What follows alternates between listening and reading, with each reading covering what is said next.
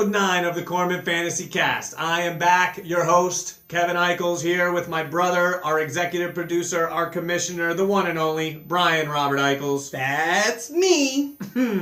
So, we have a lot to get to this episode. We had an unbelievable week of competition in the Corman this week.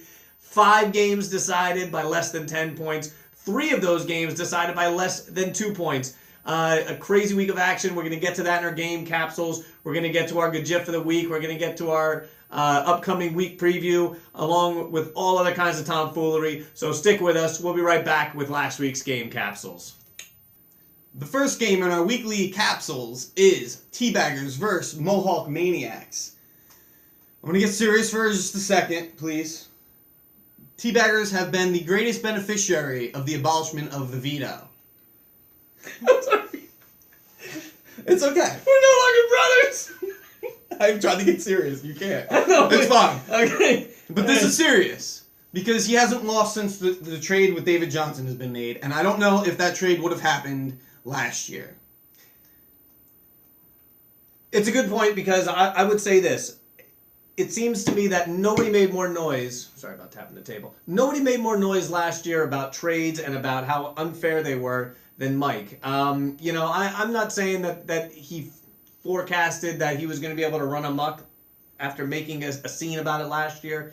But yeah, nobody has really benefited more. I would agree with you there. And Wayne falling just shy of his second win by 53 points.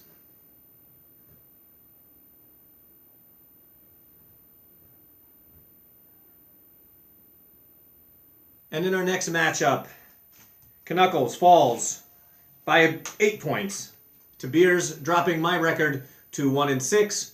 I only wish that there was a filthy, shit-filled toilet where Wayne and my fantasy teams could battle to the death. I wouldn't feel too bad.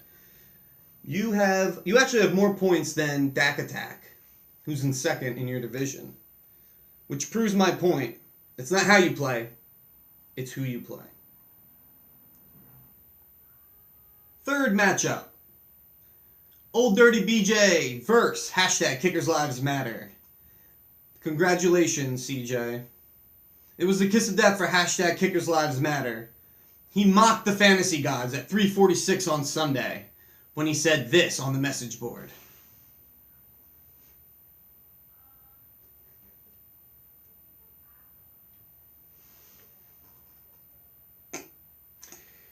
You know, I have to say to CJ, your quarterback scored less than 8 points, which makes your win even more impressive. I would have to say, is there a more surprising player this fantasy football season than Melvin Gordon? I mean, the guy literally had no touchdowns last year, and he's up at about 10 now. And we're about 40% through the NFL season. I mean, I don't think anybody, even whoever originally drafted him, because he's changed hands, I don't think anyone could have seen Melvin Gordon putting up this kind of performance. I mean, he had the volume last year. He just didn't have the touchdown, so... Yeah, Woodhead hurt. Doesn't help getting some touches. And, Keenan Allen, too. CJ, my season is over, but your campaign marches on. In our next matchup, I sucks up his third straight win with a 67-61 victory over Dolomite Pimp Squad. Brian, the floor is yours. That's 3 in a row for me. It doesn't look good, but I can put buys and injuries behind me and move forward. I got some fresh faces on my team, and I will bounce back this week and reclaim first place in the Legends division.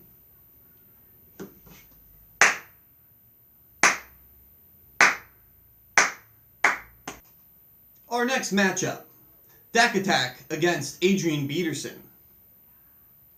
Dak Attack squeezed by Adrian Peterson this week. Sammy B just didn't have enough in the tank to get Peterson this win, causing my brother to walk in the room and me not finish the sentence. Great analysis, Brian. I hate when people walk in the room and prevent me from finishing a thought. In the 6th matchup of Week 7, Saved by Lev Bell, Pumbles, Bombo Berry. Allen Robinson's a bust. Buffalo's defense got you 0. And that's 3 in a row for you, Bombo. Yeah, I want to. I may be 1-6 as a team, but I do get a victory for predicting that at some point around this time of the season, that Saved by Lev Bell would really kind of make a push with Lev Bell coming back to his roster as an active player. Hey, Joe, if I can't win, I want this guy to win. If this guy can't win, I'm pulling for you. So let's keep it going, Joe. And in our final matchup, Boomer pulls off the upset of the week. Came into the week 1-5, going up against a team that was 4-2 and high on AJ's green, and ekes out a win by less than 2 points. Nice job, Boom. My only problem with Boomer's team this week is why would you start Brady over Kirk Cousins? I know, it doesn't make any sense. Obviously, when you look at Cousins' 21.94 compared to Brady's 18.18, we can see who the better player is. Duh. Also, Brian Quick on your bench? Come on, Boomer. Get on your shit.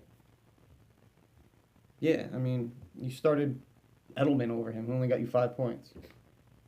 Amateur. I'm 1-6. Again, stop saying it.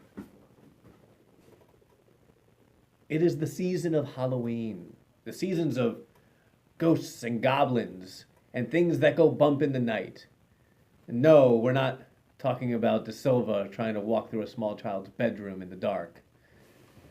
But in honor of the time of year, Halloween, Brian and I found a movie trailer that we think you all should see.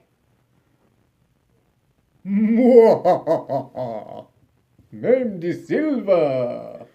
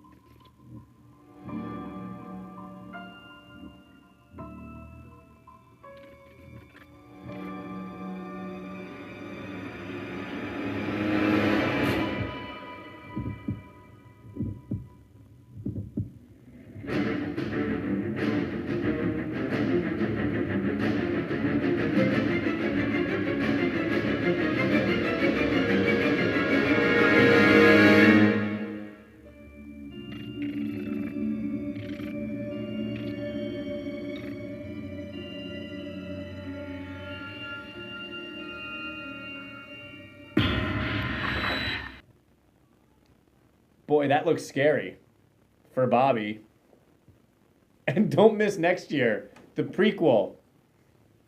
About my team that made it to the championship game last year, but now they're 1-6. What the fuck? Anyway. I know what'll cheer you up. What's that? Some good GIF of the week. Oh my goodness, yes. Okay, so let's get to our GIFs of the week. We had a great week again. And here we go. Our nominees, starting with number 1. Jedi Junkie by Hashtag Kickers Lives Matter.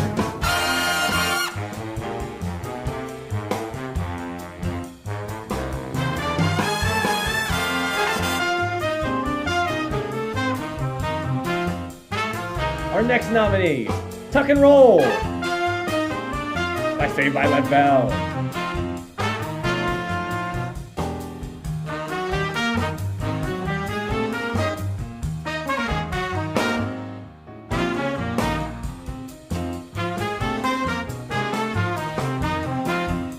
And our final nominee, Karate Kids by Old Dirty DJ.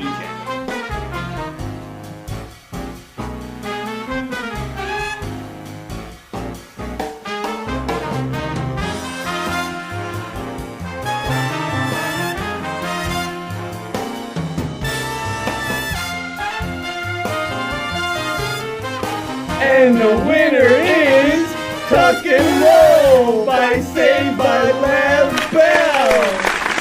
We'll be right back after a word from our sponsors.